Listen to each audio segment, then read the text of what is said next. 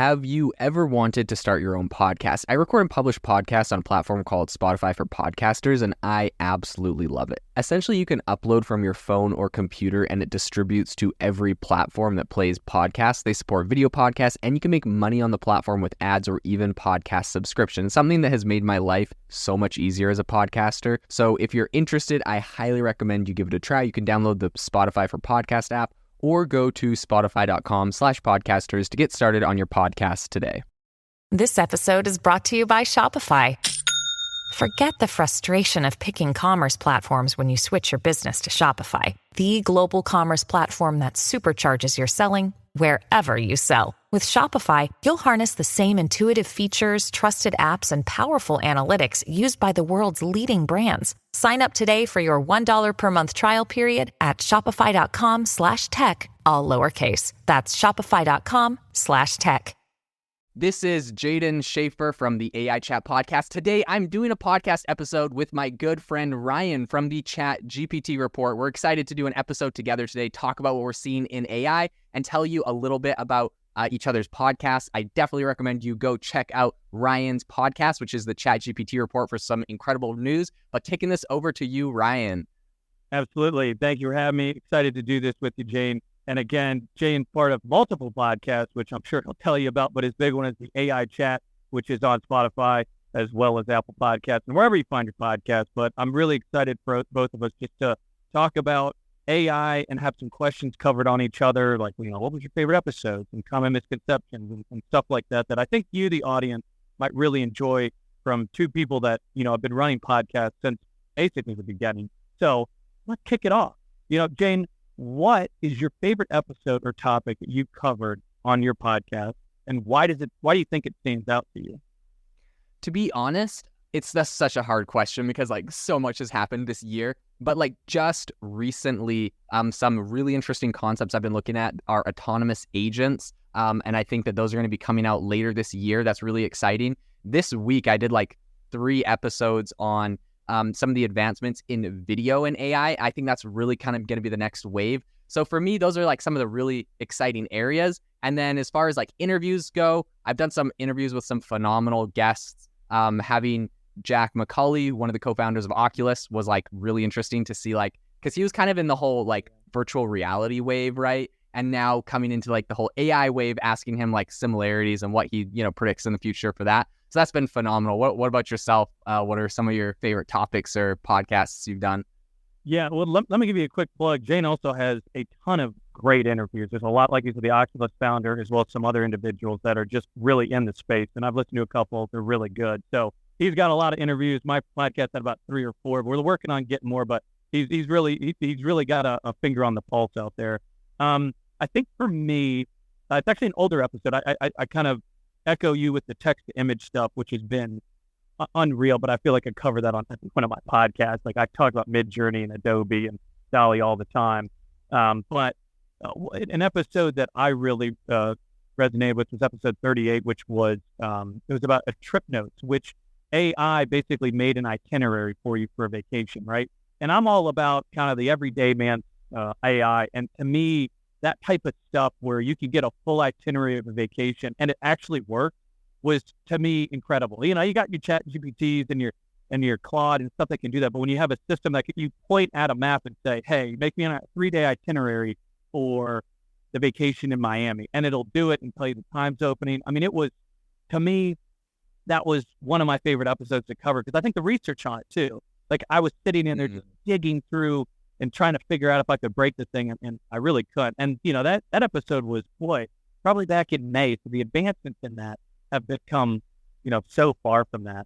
But yeah, and kind of to resonate with you, I mean, have you been looking at, you talk about the video stuff. Have you been looking at Runway a lot recently?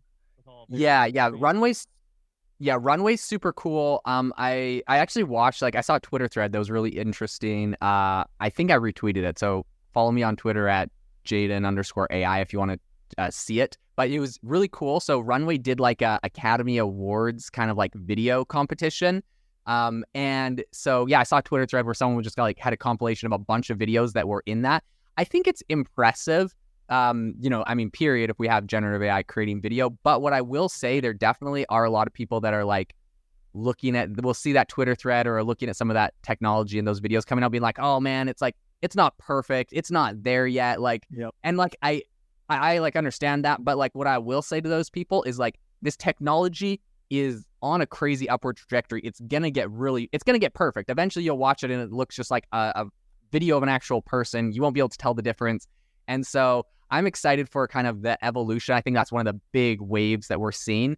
And what's interesting for me in that whole video space is that I feel like video is like kind of a compilation of all the other generative AI tools combined. So there's like, of course, natural language processing, because you have to tell it exactly what you want. And so it uses that to do the natural language processing to determine it. But also like the script, and like if a person's talking, then you're going to be using like generative audio for that. And then just for the, like, we know a video is just essentially like 1,000 frames of pictures. So it's like, it's using the, stable diffusion models to generate like the images. So it's so cool to me that it's like, it's got the text, it's got the image, it's got the audio. And then on top of that, you have to do like music in the background if you want like a certain mood or whatever. So it could do generative music. And then like, if you say a beach, there's a crashing wave and a seagull flying, like it's got to do a seagull sound effect and a crashing wave sound effect. It's got to line those up with the video. It is so freaking complex. But that's what gets me really excited, is it's like every type of generative AI on steroids is used to create video. So that's why it's a little bit behind, but it's going to be crazy when the stuff rolls out, and is more widely available.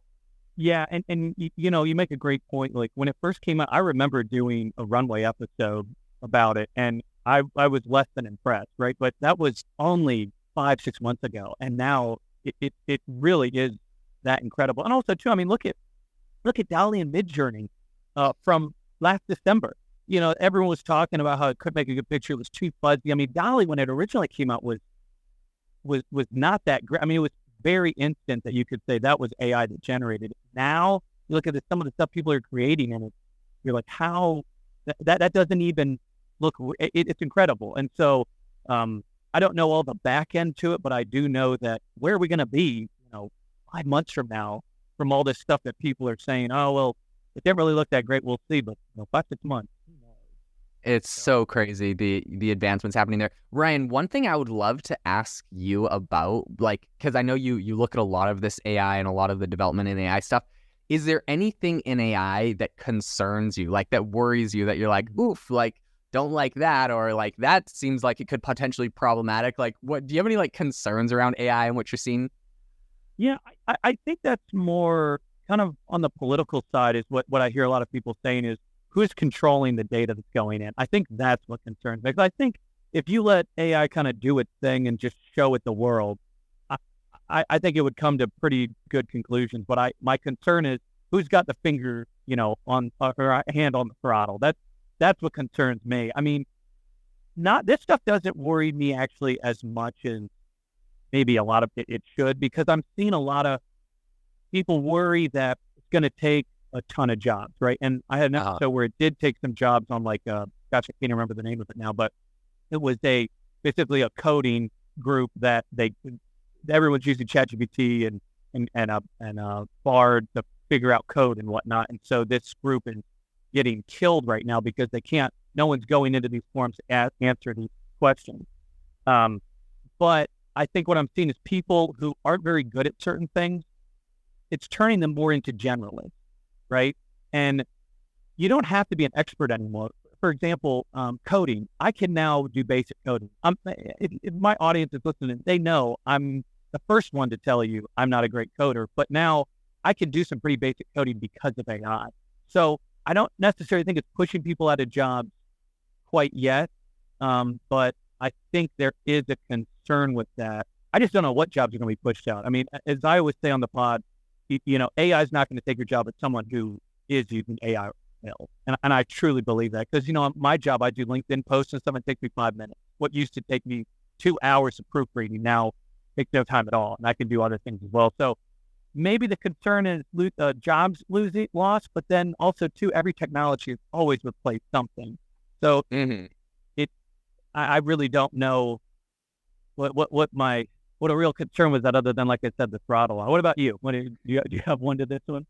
Well, I would say like I have to agree a little bit with you at the beginning. You mentioned kind of the political aspect, and I think seeing some of the regulation coming out of China just last week, where essentially they said like if you want to train an AI model in China, and they find that more than like 5% of the data in there goes against the Chinese Communist Party's like doctrine or like their whatever their beliefs, then your model gets banned. Or if you have anything in there that is they've been banning with their like firewall, like internet censorship program. If anything that, wasn't that they're banning is in your thing, then you get banned. So my concern is like, essentially there'll be a bunch of countries, I mean, really China. So I'll just say it's China probably. But China's going to make Saudi Arabia in there. Yeah. There's a handful, right? But I think China's got like probably maybe the most money right now, but you're right. There's a handful of others. They're going to make these AI models that ideologically agree with them. They don't. It's not necessarily our beliefs here in the West. And my concern is that they're gonna get embedded into. They're gonna get embedded into like technology tools and software that gets shipped to us. And so inevitably, now we're gonna have these like AI models, or we're gonna have AI that maybe doesn't align with what we believe in ideologically as a country or not. All right. So what are some misconceptions people have about AI that you've kind of found yourself debunking frequently on your show, if at all, really? I think one of the biggest ones is a lot of people tend to think that AI is going to be dominated by Google, OpenAI, Amazon, maybe Apple someday. Like they pretty much just think like the top tech players are going to be the top tech dominating like platforms, and that ChatGPT is going to be the number one text, and Midjourney is going to be the number one image.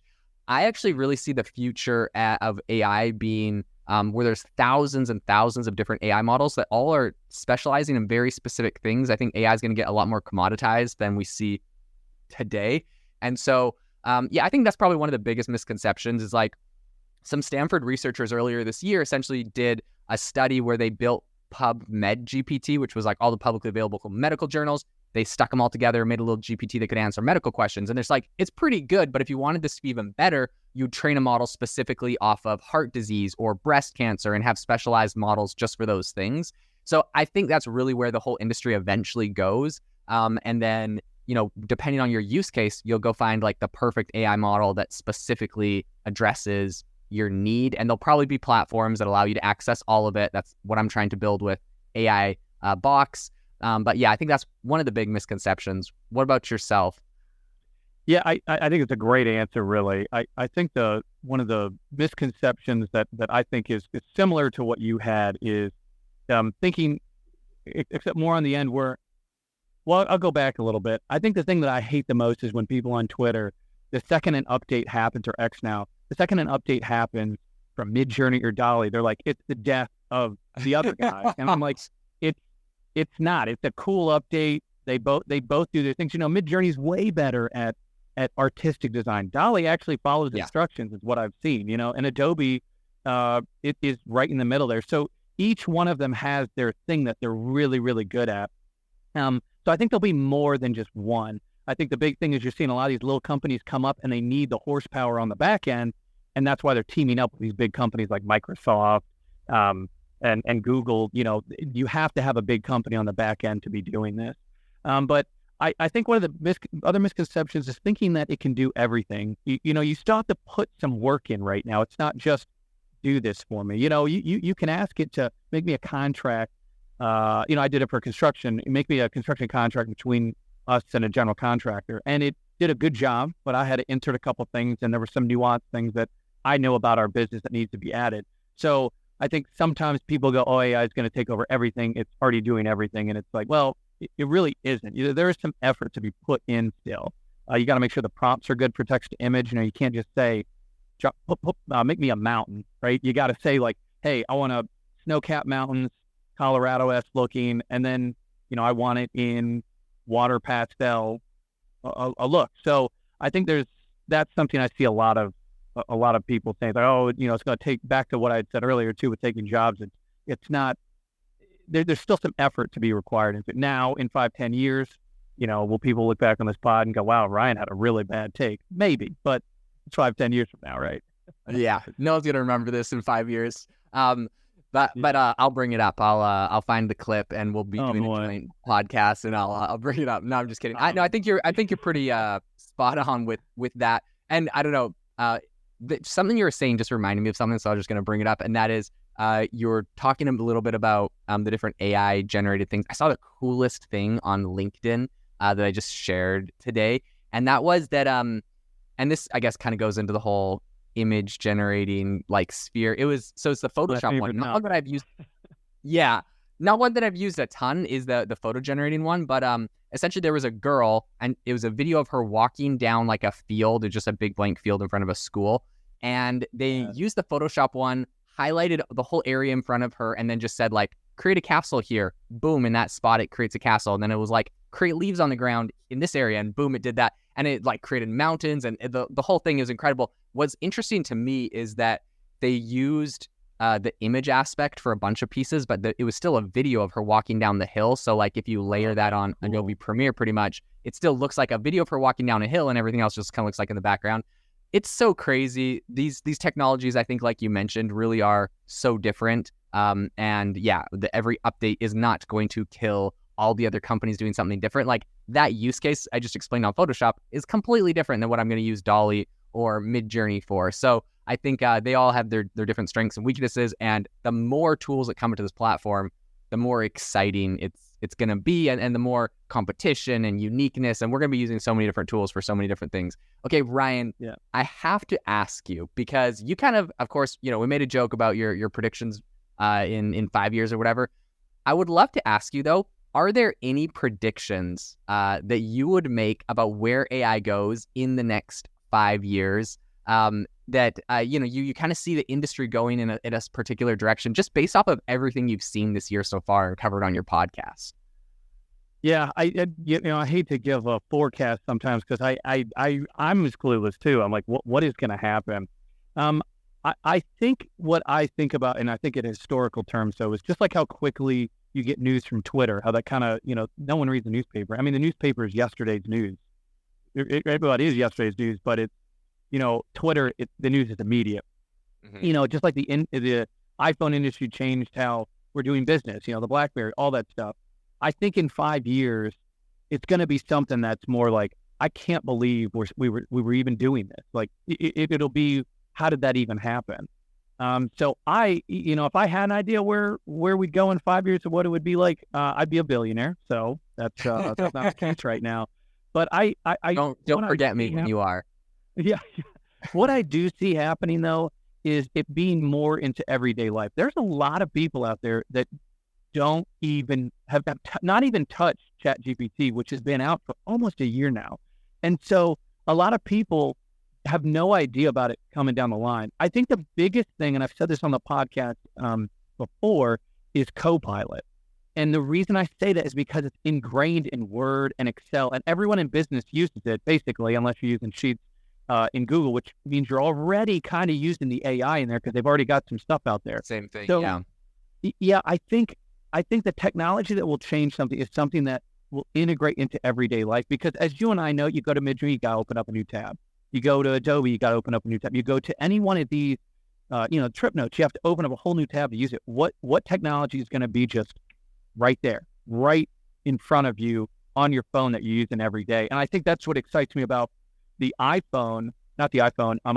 the Google phone, how the AI is already built into the camera, or the picture taking with the generative fill, the changing of the faces, that type of stuff is what will get people more into AI, as well as just going, I had no idea I was even using it.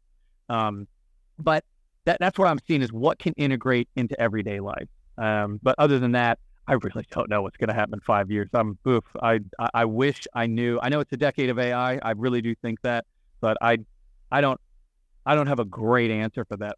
Do you have a better answer than me? I hope you do. I mean, I don't know if I have a better answer. I will just give you one thing I am excited for within the future of AI.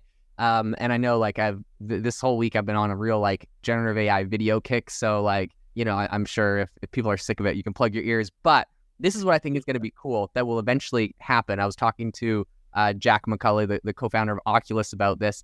And that is that generative AI video will get so good that eventually you're going to be able to like direct your own movies with it. You're going to be able to pick who the actors are, and maybe like it's on a platform like, Netflix still. And so those actors are still going to get a royalty. You get to pick like the type of movie, the script, you get to pick the setting, you get to pick like all sorts of cool stuff. And it's like, instead of sitting there, and maybe this is not as big of a problem for most people, but for me, I swear my wife and I, when we're trying to pick a movie to watch, I can spend time, like just as much time looking for a movie as almost watching one. We'll watch like 10 trailers before we actually get the right one. And I'm pretty sure my wife has like a very specific set of criteria that she looks for when she wants to see a movie. So I'm pretty sure she could say, chick flick, these 10 actors in it, this is the storyline, and she'd be like just thrilled to watch it. But no, I think it's going to be really cool. It's going to really make it so that the user all of a sudden becomes like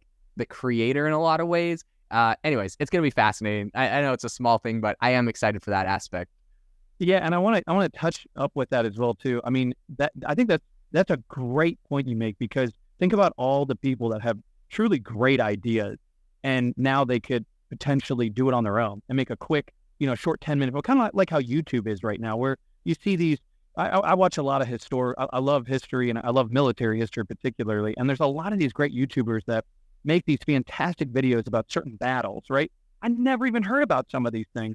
Think about that, but like in the movie sense, where it's, hey, I've got a great 10-minute, 15-minute idea for a movie, and it's not going to take me as long because of everything coming out that can assist me in making this movie. I mean, I saw a guy on Twitter just the other day. I reposted it. It was he did like a Star Wars theme, and it was just the images kind of zooming in and out, but it was just a minute and a half, and it was so captivating. And I was thinking, man, I hope that someone comes up with a quick little series on that, because that would be phenomenal. So to me, that excites me, because you can get some of these little guys making really cool shows that, hey, this thing's got millions of views. This thing's really good. Kind of how I view, TV shows. Now we're in the golden age of TV shows because they're making them all the time, right? And so what's going to happen from there? And like you said, with the hand selection of being like, hey, I want these actors and this, like that is a very, very good point. I hadn't even heard of that yet. So that is very exciting for me as well, just hearing you talk about it now. So that's the $1 billion idea right there. Okay. Yeah, it's so fascinating. There's so many exciting things coming down the pipe. Listen, Ryan, it has been phenomenal chatting with you and on your podcast today about everything, happening in AI. For any of my listeners that I'm going to share this on my podcast with, what is a good way for them to find your podcast? What's a good way for them to find your social? Like, tell them how they can find you to get more of your insights. Yeah, so I'm the ChatGPT report, typically one word on most of the things. I'm on Twitter as well as LinkedIn, and it is a purple logo of GPT, so it's pretty easy to find, and it's with the ChatGPT report.